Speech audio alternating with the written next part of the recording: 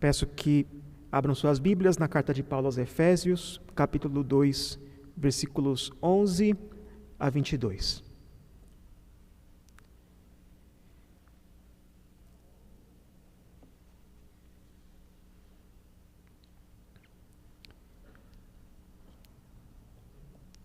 Carta de Paulo aos Efésios, capítulo 2, versos 11 a 22.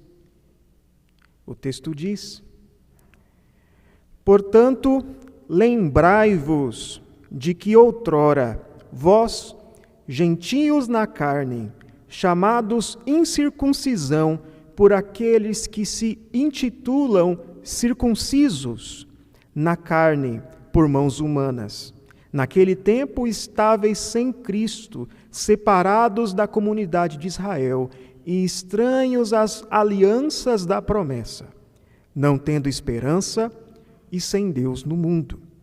Mas agora, em Cristo Jesus, vós que antes estáveis longe, fostes aproximados pelo sangue de Cristo, porque Ele é a nossa paz, o qual de ambos fez um, e tendo derribado a parede da separação que estava no meio, a inimizade, aboliu na sua carne a lei dos mandamentos na forma de ordenanças, para que dos dois criasse em si mesmo um novo homem, fazendo a paz, e reconciliasse ambos em um só corpo com Deus por intermédio da cruz, destruindo por ela a inimizade.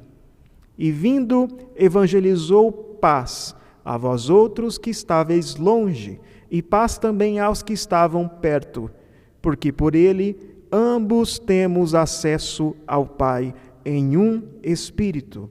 Assim já não sois estrangeiros e peregrinos, mas concidadãos dos santos, e sois da família de Deus, edificados sobre o fundamento dos apóstolos e profetas, sendo Ele mesmo, Cristo Jesus, a pedra angular, no qual todo o edifício bem ajustado cresce para santuário dedicado ao Senhor, no qual também vós juntamente estáis sendo edificados para a habitação de Deus no Espírito.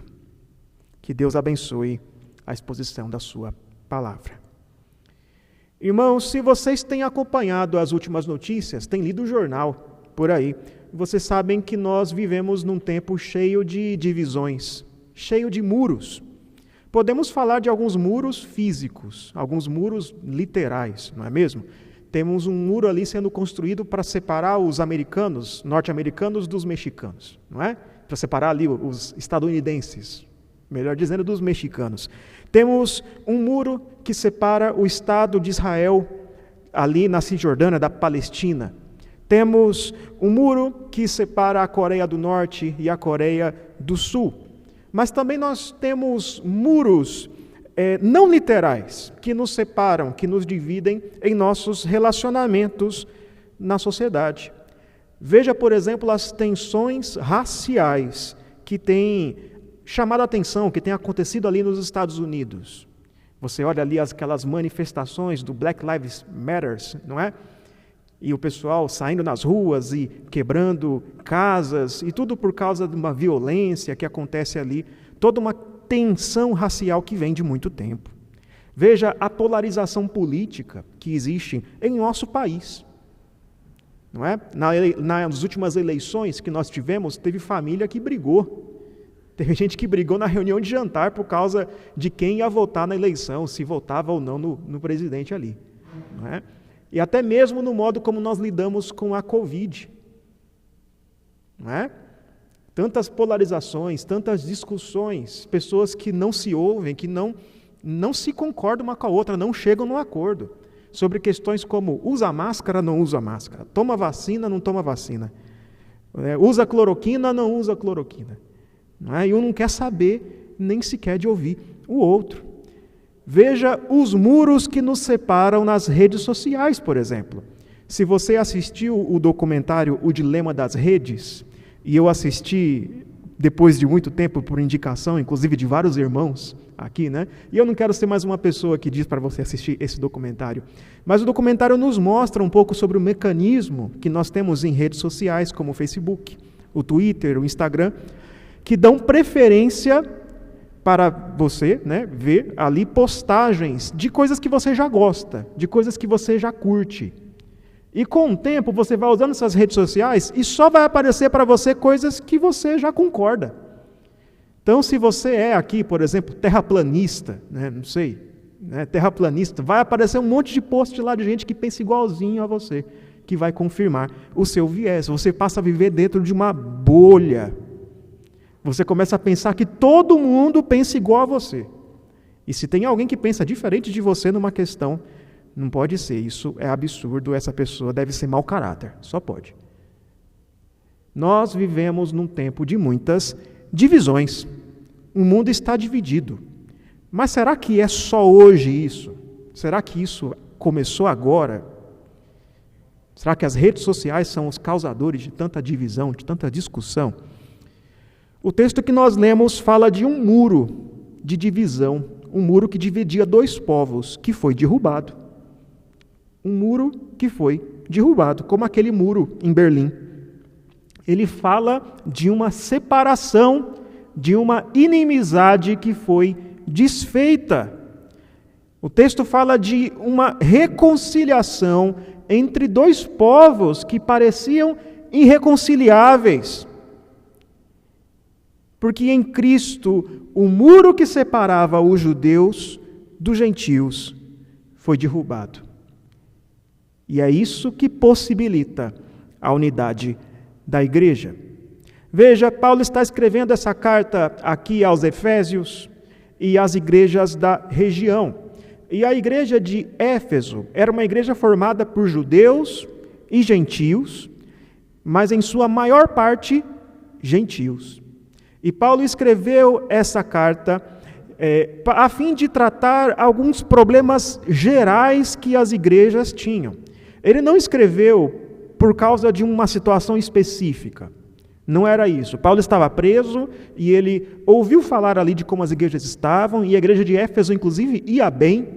Era uma igreja muito saudável. Se você lê as cartas de Apocalipse, capítulo 2, nos mostra que a igreja de Éfeso é uma igreja que não gostava de heresia, que mandava herege para longe, era uma igreja correta doutrinariamente. Então não era uma igreja que tinha muitos problemas. Mas Paulo, ao longo do seu ministério, lidou muito com essa questão das tensões étnicas entre judeus e gentios. Porque veja o que aconteceu, Jesus veio e ele formou discípulos. E esses discípulos, depois da ascensão de Jesus, depois que Jesus ressuscitou, eles começaram ali o que seria a igreja do Novo Testamento. E nós vemos no livro de Atos que essa igreja ela foi crescendo em várias etapas. Primeiro ela cresceu entre os judeus, lá em Atos capítulo 2, mas depois ela começou a se espalhar entre os gentios. Os não-judeus começaram a se juntar ali, a crer em Jesus Cristo. Só que aí, pouco tempo depois, os cristãos judeus, alguns judaizantes, começaram a exigir que os gentios que se convertiam ao evangelho fossem circuncidados. E começaram a brigar ali por causa de questões da sua tradição. Não, eles têm que comemorar as nossas festas também. Eles têm de ser circuncidados também. Como assim? Ele se junta a Cristo, que é a realização de toda a nossa expectativa dos judeus, mas eles não seguem as nossas tradições. Os judeus pensavam que a lei cerimonial era um pré-requisito para a salvação, que a salvação seria por obras. Não, eles só serão salvos se forem iguais a gente. Se forem diferentes da gente, não tem como. E essa questão era tão séria, mas tão séria que foi levada a um concílio. Vemos lá em Atos capítulo 15 o concílio de Jerusalém. E lá nesse concílio foi decidido que os gentios estavam livres de cumprir essas ordenanças. Eles não precisariam ser circuncidados. Esse peso não recairia sobre os gentios, os não-judeus. Mas ainda assim não foi fácil. Paulo enfrentou oposição em várias igrejas ali quanto a essa questão, ali com os Gálatas, por exemplo. Paulo teve de admoestar um apóstolo, Porque Pedro, em certo momento, estava ali sentado com alguns gentios, com alguns não-judeus, só que aí chegaram os judeus e Pedro, para não passar vergonha ali, para não se constranger, saiu de perto desse povo, que era um povo desprezado, se afastou dos gentios. Então Paulo foi lá e chamou a atenção de Pedro. Pedro que conhecia mais do que ninguém o fato de que Jesus traz salvação não apenas aos judeus, mas também a nós, gentios. Esse problema se repetia e repetia e repetia, porque de fato era difícil unir esses povos. Por que unir judeus e gentios era tão difícil? Veja, o judeu não gostava muito dos gentios. O judeu não gostava muito dos gentios. Porque os gentios eles eram impuros cerimonialmente. Os gentios comiam carne. Os gentios tinham práticas estranhas. Os gentios não cumpriam os ritos, não seguiam as suas festas, eles eram imundos, se alimentavam de carne impura, tocavam em coisas impuras. Então os judeus, mesmo os judeus que viviam em meio aos gentios, não ali na Judéia, mas espalhados pelo Império Romano, esses judeus não se misturavam. Eles chegavam num outro país, mas viviam dentro de uma comunidade judaica. Eles não se misturam, e até hoje é um pouco assim, não é? Eles não se misturam. Eles mantinham uma subcultura, onde quer que eles se estabelecessem. Mas os gentios também não gostavam muito dos judeus. Quem que é esse povo que chega aqui e não se mistura com a gente, não conversa com a gente, fica olhando para a gente de nariz empinado? Não gosto desse povo também não. Assim os gentios pensavam. Eles não se misturam conosco, eles não se relacionam, eles não comem carne, eles negam os nossos deuses, os gentios pensavam. Se acham superiores a gente. Nos tratam com desprezo. Como é que eu posso gostar desse povo? Assim os gentios pensavam. Então, judeus e gentios era pior que Brasil e Argentina. Era pior. Era pior que eu vou lidar aqui, eu sei que tem problemas ali com relação ao Rio Grande do Sul, não é? É um pouco difícil se interagir com aquela cultura, já conversei muito com o Petro e com a Thaís a respeito disso, mas olha, ali era mais difícil, viu? Ali era mais difícil. Mas então veio Jesus, e algo incrível aconteceu. Jesus inaugurou o reino de Deus. Jesus morreu em nosso lugar para a nossa salvação, para a expiação dos nossos pecados, de todos os eleitos. Então o Espírito Santo desceu no Pentecostes, mas depois, pasmem, o Espírito Santo desceu de novo entre os gentios. Deus fez a habitação entre os gentios, e os gentios foram convertidos. E agora eles estavam recebendo o Espírito Santo, se tornando parte da igreja junto dos judeus. E agora esses povos tinham de conviver. Pessoas que se desprezavam, agora adoravam o mesmo Deus e conviviam na mesma comunidade. E isso parecia a receita para um desastre. Só que não foi um desastre. Só que deu certo. Essa união aconteceu de fato. E o Evangelho possibilitou esse tipo de união. O Evangelho uniu judeus e gentios num só povo. O Evangelho uniu pessoas de diferentes nações, culturas, tribos, etnias, num só povo. E o Evangelho veio para reconciliar aqueles que estavam divididos por muros de separação. E é esse o motivo do louvor de Paulo. Paulo estava em exultação quando escreveu essa carta. Ele começa a carta adorando a Deus. Bendito seja o Deus e Pai. Ele louva a Deus pelas bênçãos espirituais que Ele nos concedeu em Cristo. E o capítulo 1 é sobre isso, é uma oração de Paulo. E aqui no capítulo 2, Paulo começa a falar do que Cristo fez, que é a razão do seu louvor. Ele começa a falar do que Cristo fez, a razão da sua exultação. E ele diz nos versículos 1 a 10, que os crentes são salvos pela graça, mediante a fé. Versículos 1 a 10 do capítulo 2. Ele diz que nós estávamos mortos em nossos delitos e pecados, nós seguíamos o curso da nossa natureza. Versículos 1 a 3. Mas Deus nos deu vida em Cristo. Versículos 4 e 5. Ele nos salvou mediante a fé e agora nós podemos, no nosso novo estado, depois de salvos, praticar as boas obras que Deus preparou para nós. Versículo 10. E aqui nos versículos 11 a 22, Paulo segue uma estrutura parecida. Ele fala daquilo que nós éramos, versículos 11 a 13. Então ele fala daquilo que Cristo fez, versículos 14 a 18, e depois ele fala do resultado disso em nossas vidas. A diferença é que aqui nos versos 11 a 22, a ênfase de Paulo é na comunidade. Ele começa aqui com um portanto, versículo 11, e o que ele apresenta aqui nesses versos são as implicações comunitárias da nossa salvação. Deus não só salvou você para você ser crente sozinho, mas Ele te inseriu numa comunidade, como uma implicação da sua salvação. Quando você é salvo, você é unido a essa igreja. Veja, o que Paulo diz aqui é a história de todos nós. É a sua história, se você creu em Cristo. E essa história explica de que maneira Deus tornou possível a reconciliação. Que história é essa? Primeira coisa que Paulo diz aqui, versículos 11 a 13 vocês estavam separados do povo de Deus. Esse é o estado anterior de todos os crentes. Antes de conhecer a Cristo, você estava separado de Deus e do seu povo. Paulo chama os seus leitores a se lembrarem, versículo 11, lembrem-se do que vocês eram antes.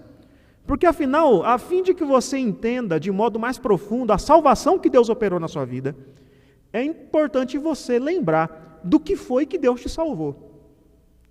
De onde foi que Deus te tirou.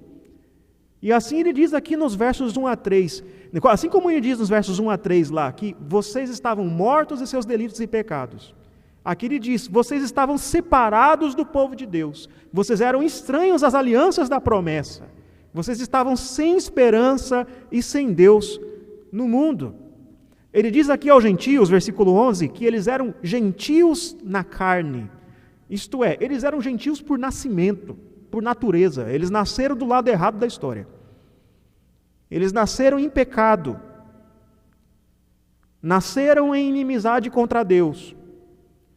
Paulo diz aqui aos gentios que eles eram chamados incircuncisão por aqueles que eram circuncisos, ou aqueles que se diziam circuncisos.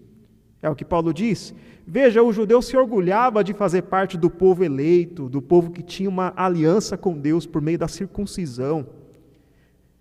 Pensa num crente, por exemplo, que se orgulha de ser batizado. Ah, eu fui batizado quando era criança. Ó, eu fui, você não foi, eu fui.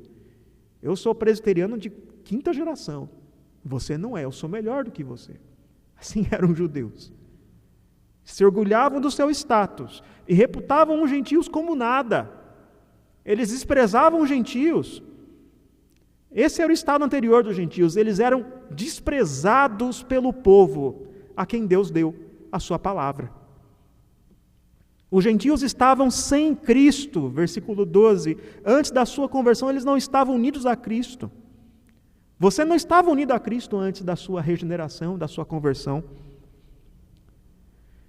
E sem Cristo eles viviam no pecado, viviam no escuro, viviam no desespero, sem conhecer a verdade, sem luz, sem santidade. Viviam uma verdadeira miséria espiritual. Eles estavam separados da comunidade de Israel, versículo 12. Eles estavam separados do povo de Deus. Israel é a igreja de Deus no Antigo Testamento. Era a comunidade de Deus. Era o povo a quem Deus havia se revelado, a quem Deus havia enviado os profetas, dado a sua palavra. É o povo no meio de quem nasceu o próprio Cristo.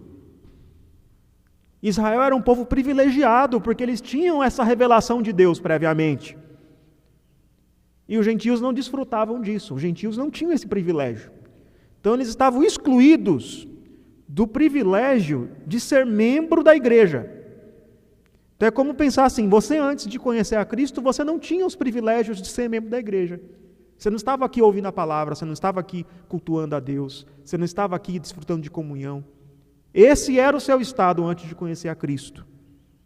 Eles eram estranhos às alianças da promessa, verso 12. Eles não tinham um relacionamento com Deus. Eles nem sequer sabiam como se relacionar com Deus. Eles não faziam parte do pacto que Deus tinha feito com o seu povo ali, pelo qual nós somos salvos mediante a fé. Eles não faziam parte do povo eleito, do povo a quem Deus disse: eu serei o seu Deus e vós sereis o meu povo. Não, eles estavam privados disso. Eles não tinham esperança. Eles não tinham a esperança, a certeza de um futuro bom. Eles não tinham a herança incorruptível. Eles não tinham não conheciam a promessa de Deus, não conheciam a palavra de Deus que diz que tudo coopera para o bem daqueles que amam a Deus. Não, eles viviam em desespero, ansiosos, preocupados. Será que eu vou morrer de Covid? Qualquer coisa é motivo de ansiedade. Eles não tinham Deus no mundo, verso 12. E veja, não é que eles não tinham nenhum Deus. Os gentios tinham muitos deuses. Eles tinham religião, eles eram religiosos. A cidade de Éfeso era conhecida pelo seu templo dedicado a Diana. Era um templo tão conhecido, tão marcante, que estampava as moedas. Então até hoje se tem guardado ali moedas de Éfeso com o templo de Diana ali desenhado. Mas eles não tinham o verdadeiro Deus. Os ídolos que eles tinham eram mera ilusão.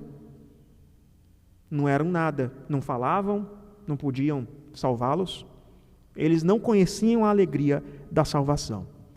Mas agora, versículo 13, mas agora eles foram aproximados pelo sangue de Cristo. Eles estavam longe e agora estão perto.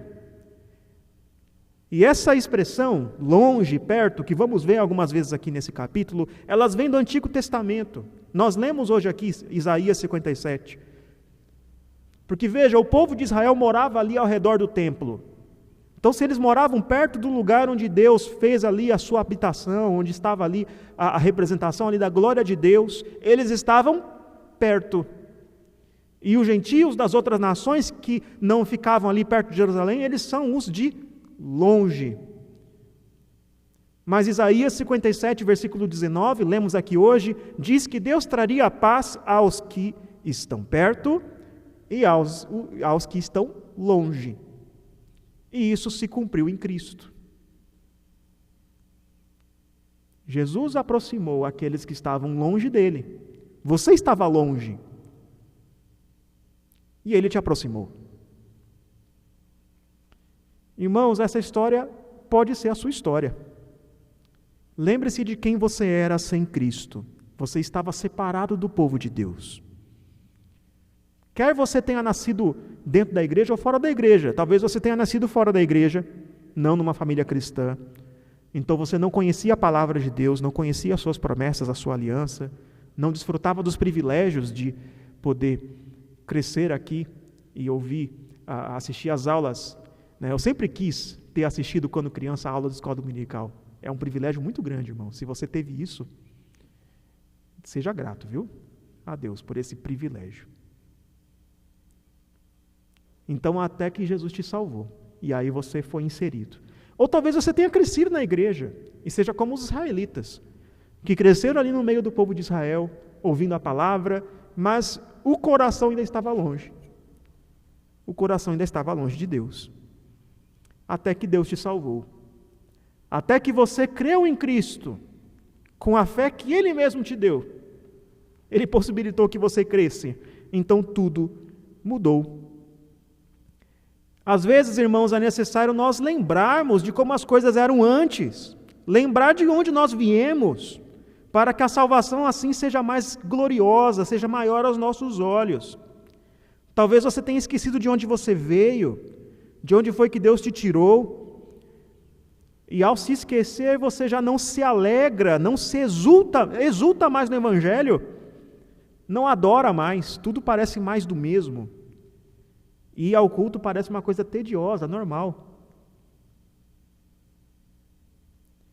Nessas horas você precisa ser lembrado de onde foi que Deus te tirou, dos privilégios que antes você não tinha e que agora você tem, de ouvir a palavra, de ter comunhão, de ter esperança e direção nesse mundo. Se você se lembrar de onde foi que Deus te tirou, então vai ser muito mais difícil manifestar orgulho. Porque se o outro também veio do lamaçal de lama, você também veio, cara. Então não interessa de onde Deus tirou o outro, você também é igualzinho. E se não fosse Deus ter te salvado em Cristo Jesus, você estaria lá também. Então se você se lembrar de onde foi que você veio, vai ser muito mais difícil ser esnobe para com os outros, como eram os judeus. Vai ser muito mais difícil você se achar superior a alguém. A segunda coisa que Paulo diz aqui, versos 14 a 18, é: agora vocês fazem parte do povo de Deus. Vocês estavam longe, afastados do povo de Deus, separados, mas agora vocês fazem parte por causa da obra de Cristo. Você estava separado, alienado da aliança, mas agora foi unido a Cristo, ao povo de Deus. Foi Cristo que nos uniu. Versículo 14, Ele é a nossa paz. E aqui, irmãos, paz não se trata apenas de ausência de guerra, de não ter conflito. Não é isso, não é aquela coisa, quero viver em paz, deitar numa redinha, lá no meio do Pantanal, pescar.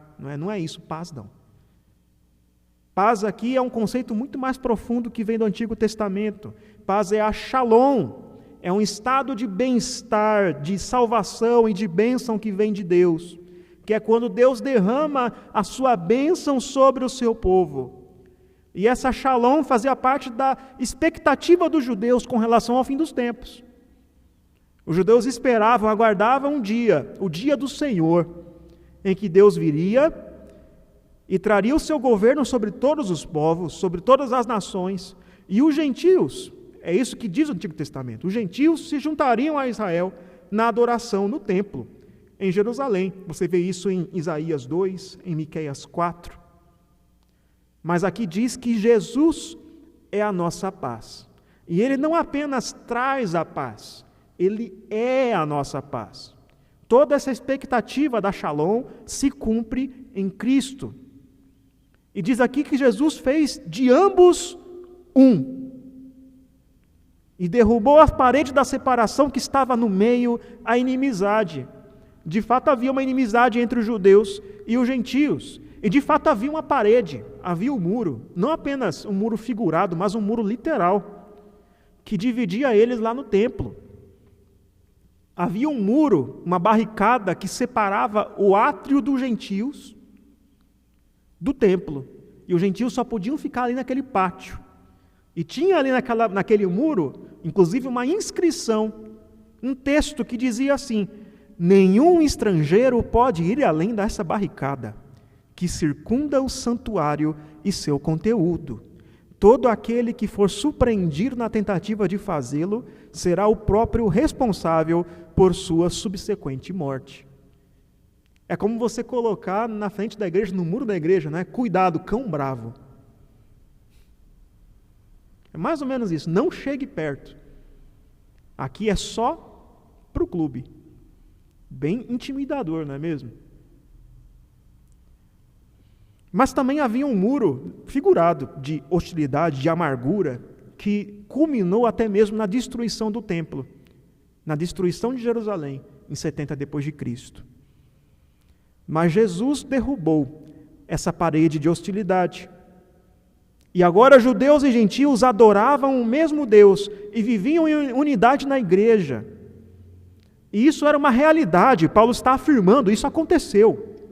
Ele não está falando, sejam mais unidos, não, ele está falando, vocês já estão unidos, isso de fato está acontecendo.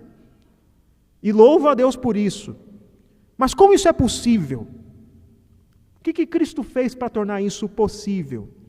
Seria como perguntar aqui, como é possível que negros e brancos vivam em união e harmonia nesse país depois de 400 anos de escravidão? Como é possível que pessoas de diferentes etnias e raças vivam em sociedade, não apenas de modo diplomático, não apenas assim, não, se tratando bem, não matando um ao outro para variar, mas de fato se unindo num só povo, onde essas coisas não importam mais. Onde etnia, todas essas divisões, tudo é deixado de lado nesse povo, porque esse povo é um só. O que Cristo fez para tornar o sonho de Martin Luther King possível? E somente Cristo pode tornar esse sonho realidade. Cristo aboliu em sua carne a lei dos mandamentos na forma de ordenanças. Versículo 15. Ele cumpriu tudo que a lei manda. Ele obedeceu aos mandamentos. Ele viveu sem pecado. Cristo também satisfez o que a lei exige. Ele morreu porque nós transgredimos a lei. E ele fazendo isso, ele possibilitou que nós possamos ser salvos, não pelas obras, mas apenas pela fé. Também não precisamos prestar sacrifícios, não precisamos de ritos de purificação, não precisamos de circuncisão, porque Cristo morreu de uma vez por todas. Ele foi circuncidado, ele é puro, e Ele nos purifica. Ele cumpriu toda a penalidade do pecado. A lei era um peso, era um fardo. A lei, principalmente a cerimonial, era um fardo que separava os judeus dos gentios. Coloca um fardo desnecessário sobre os gentios. E essas ordenanças não eram mais necessárias, eram preparações que Deus usou para preparar o povo de Israel para a vinda de Cristo. Mas agora isso foi removido. Essa barreira foi removida. Agora todo mundo pode se unir a Deus por meio de uma coisa simples. Creia em Jesus Cristo.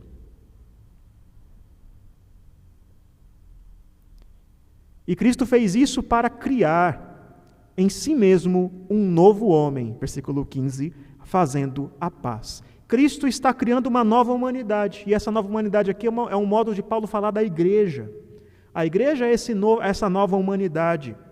Deus não apenas reconciliou esses dois povos, não apenas assim, uniu esses dois povos de modo diplomático, assim, não, agora vocês vão ficar aqui juntinhos, mas vocês não vão brigar um com o outro, tá? Igual aquela camiseta da união dos irmãos, já viram na internet? Não é? O irmão briga com o outro, né? Então quando os irmãos brigam, a mãe fala assim, agora pede desculpas, agora abraça seu irmão. Aí você abraça o irmão com aquela raiva, assim, né? Com aquele ódio, mas abraça porque a mãe está mandando, não é? Não, mas não é isso que Deus fez, não. Ele não só falou assim para os dois, assim, parem de brigar e pede desculpa. Não, Deus de fato uniu esses dois povos num só. Numa nova comunidade, onde não há mais inimizade. Versículo 16, eles não ficam mais se bicando ali o tempo todo, porque foram reconciliados por intermédio da cruz. Jesus evangelizou paz a vós que estáveis longe e aos que estavam perto. Versículo 17, e mais uma vez a referência aqui a Isaías 57.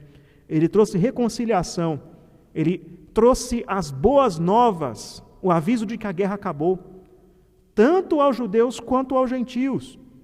E deu a ambos acesso ao Pai, acesso a Deus em espírito. Se hoje você pode adorar a Deus, se Deus escuta as suas orações, se você tem comunhão com Deus, é porque Jesus é o mediador entre você e o Pai. E é porque o Espírito Santo, que habita em você, que habita na igreja, ele intercede por você com gemidos inexprimíveis, ele te dá esse acesso. Ele clama ao Pai. Mas o incrível aqui não é só isso, o fato de que temos acesso ao Pai, mas o fato de que temos acesso em um só Espírito. É o mesmo Espírito que está em você e que está no outro, que é diferente de você, que está nos judeus e que está nos gentios. Irmãos, o que une a igreja? Qual é a base da unidade cristã? Tem gente que pensa que para a igreja ter mais comunhão, para a igreja ser mais unida, você tem que fazer muitos eventos sociais. É isso que une a igreja, né? Vamos fazer um monte de jantar aqui, vamos sair para comer junto, que isso vai unir a igreja. Tem gente que pensa que a união da igreja se dá por afinidades, por gostar de coisas parecidas. E aí a pessoa vai numa igreja e depois reclama, mas ninguém lá gosta das coisas que eu gosto. Mas a união da igreja não depende disso. Tem gente que pensa que a unidade da igreja se dá por meio de preferências políticas. Lá nos Estados Unidos a coisa está feia por causa da eleição que está tendo agora. Lá está havendo uma divisão política, uma polarização por causa das eleições, de modo que as pessoas estão indo para igrejas que têm afinidades políticas parecidas. Então tem as igrejas dos republicanos e as igrejas dos democratas. E um acha que o outro não é crente mais, porque vota diferente, porque pensa diferente.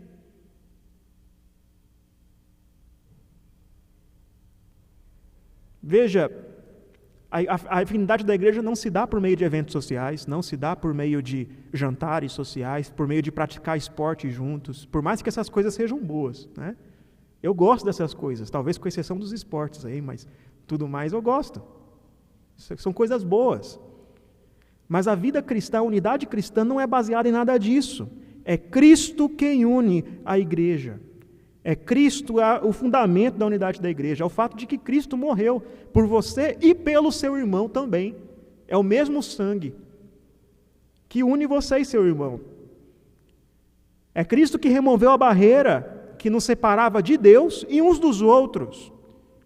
Todos nós estávamos na mesma situação de miséria, todos nós fomos salvos do mesmo jeito, pela fé em Jesus Cristo. Se você crê em Cristo, você é salvo. Ninguém pode se gloriar. E agora fazemos parte de uma só comunidade que tem muito em comum. Você tem mais em comum com o seu irmão do que você pensa.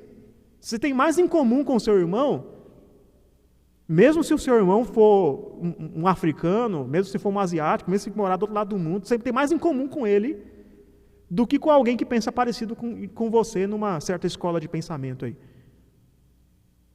Você tem mais em comum com o seu irmão. Mas unidade não quer dizer uniformidade. Nós somos diferentes uns dos outros. Nós pensamos diferente sobre coisas secundárias, sobre coisas não essenciais. Nós temos diferentes gostos musicais. Tem gente que gosta da orquestra, tem gente que gosta da bateria. Está tudo bem. Nós somos diferentes uns dos outros. Temos preferências políticas diferentes. E eu não quero dizer que o evangelho não tem implicações políticas. Tem.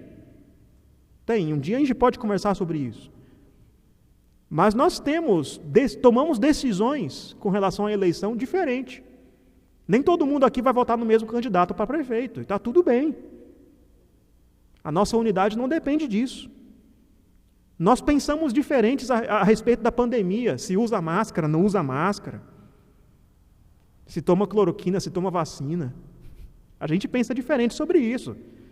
Eu não quero nem perguntar para vocês qual a opinião de vocês, que eu sei que cada um vai ter uma. Ok? Mas em nada disso se baseia a unidade da igreja de Cristo. E você não deve deixar de cultuar a Deus, porque as coisas na igreja não estão indo do jeito que você acha que deveria ser. Veja, você pode discordar, mas deixar de cultuar, deixar de congregar por causa disso.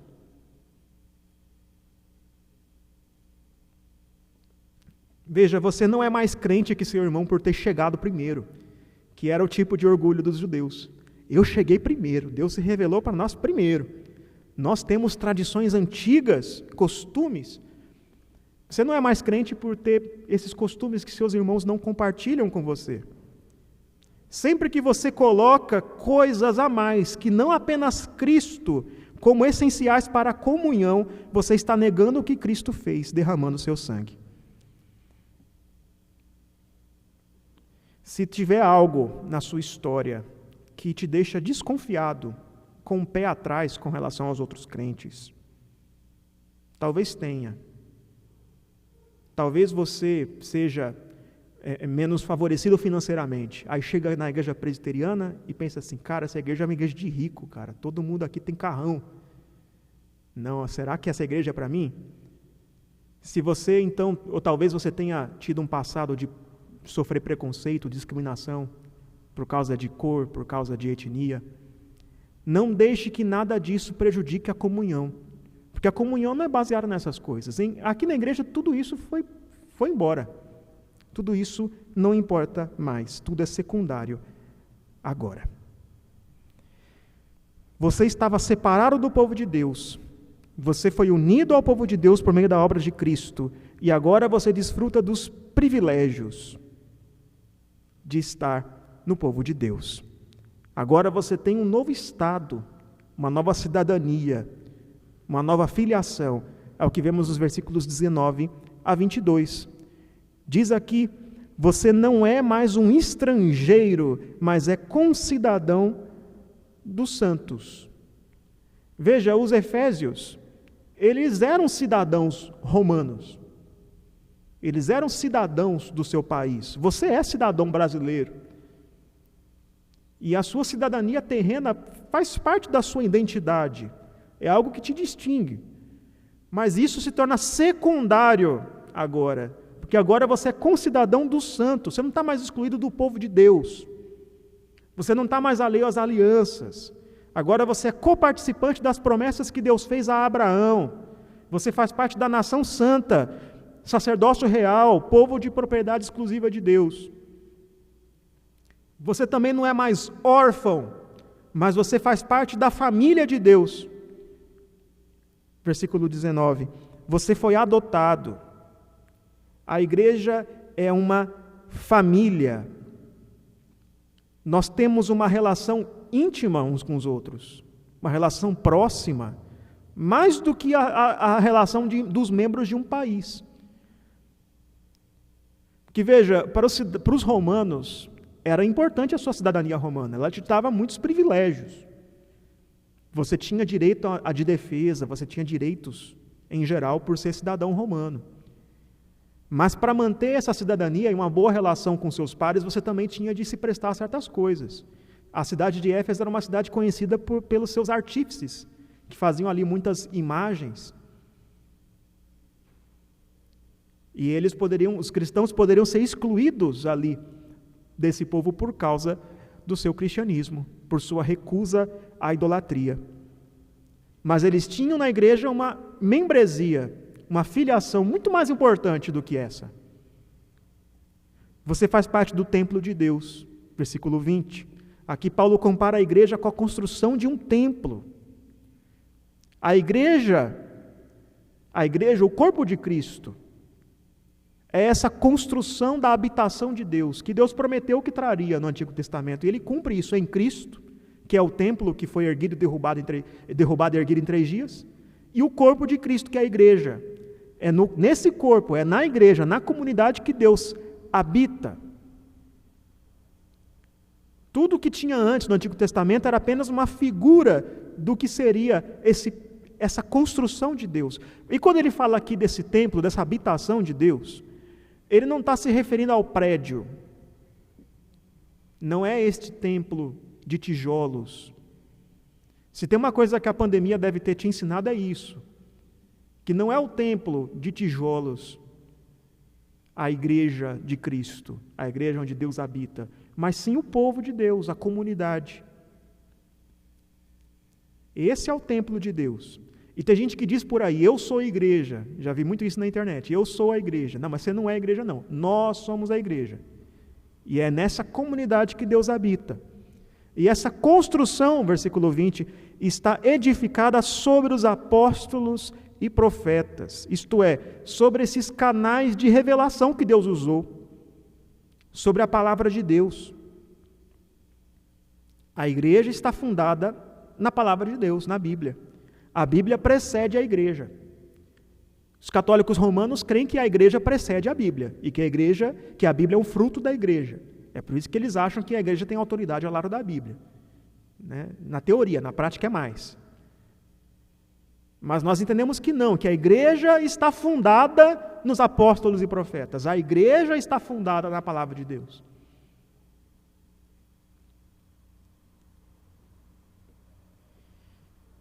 Contudo, Jesus é a pedra angular, versículo 20. Ele é a pedra de esquina, aquela rocha que dá sustentação a todo o edifício. E somente se a igreja estiver fundada em Cristo e no seu evangelho, ela será bem ajustada, versículo 21, e crescerá. Somente em Cristo. Veja, irmãos, em Cristo todas as outras identidades se tornam secundárias. A unidade da igreja não é fundada em nada que não Cristo. A sua nacionalidade, etnia, gostos pessoais, se você é conservador, se é liberal, tudo isso é secundário. Tudo isso não define a sua identidade. E se seguir a Cristo te levar a ser envergonhado neste mundo, a perder algo neste mundo, isso não deve te constranger. Veja, um tempo atrás eu li um livro de uma mulher chamada Rosaria Butterfield. Ela era uma professora de letras, feminista, que escrevia livros sobre feminismo, lésbica, fazia parte, era importante na comunidade LGBT, até que conheceu a Cristo, por intermédio do testemunho e da evangelização de um pastor presbiteriano. Ela conheceu a Cristo. E para ela, conhecer a Cristo não foi algo tranquilo, pacífico. Não só mudei de religião, mas foi como uma batida de caminhão, foi um acidente. Porque conhecer a Cristo mudaria tudo aquilo que definia a sua identidade. Quem era Rosaria Butterfield? Era uma feminista, era uma lésbica, era alguém que fazia parte de uma comunidade estabelecida, onde até mesmo as pessoas se ajudam nessa comunidade. Ela fazia parte disso, era parte da sua identidade. E ela viu tudo isso ruir no momento que ela conheceu a Cristo. No momento que ela foi convertida a Cristo. E ela passou a integrar a igreja. E na igreja tinha pessoas que já haviam ferido ela, que já haviam ofendido ela, quando ela era perdida, quando ela era lésbica. E na igreja tinha pessoas que não sabiam muito bem como lidar com ela agora. Né? O que eu faço? Como é que eu falo? O que eu falo? O que eu não falo? E ela teve de se juntar. Ela se juntou a essa comunidade de pessoas que antes eram antagônicas a ela. E ela encontrou ali, ela encontrou em Cristo uma nova identidade. Ela perdeu aquilo que definia a sua identidade. E agora ela tem uma nova identidade. Em Cristo, todas as outras coisas se tornam secundárias, irmãos. Se você passa mais tempo na internet tentando convencer o outro das suas opiniões políticas do que falando de Cristo, tem alguma coisa errada aí, irmão. Tem alguma coisa errada aí. Desfrute do privilégio que é fazer parte da igreja de Deus. Ame a igreja. Não me refiro aqui ao edifício, não falo aqui da organização, mas falo das pessoas. Ame as pessoas, não exclua as pessoas. Perdoe o seu irmão, Cristo morreu por ele. Não seja superior, não seja orgulhoso. Você foi salvo, você veio no mesmo lugar que ele, que seu irmão. O mesmo sangue te redimiu. Vocês fazem parte agora do mesmo povo. Que Deus nos abençoe como edifício bem ajustado e nos ajude a crescer para que sua glória brilhe em nós. Amém.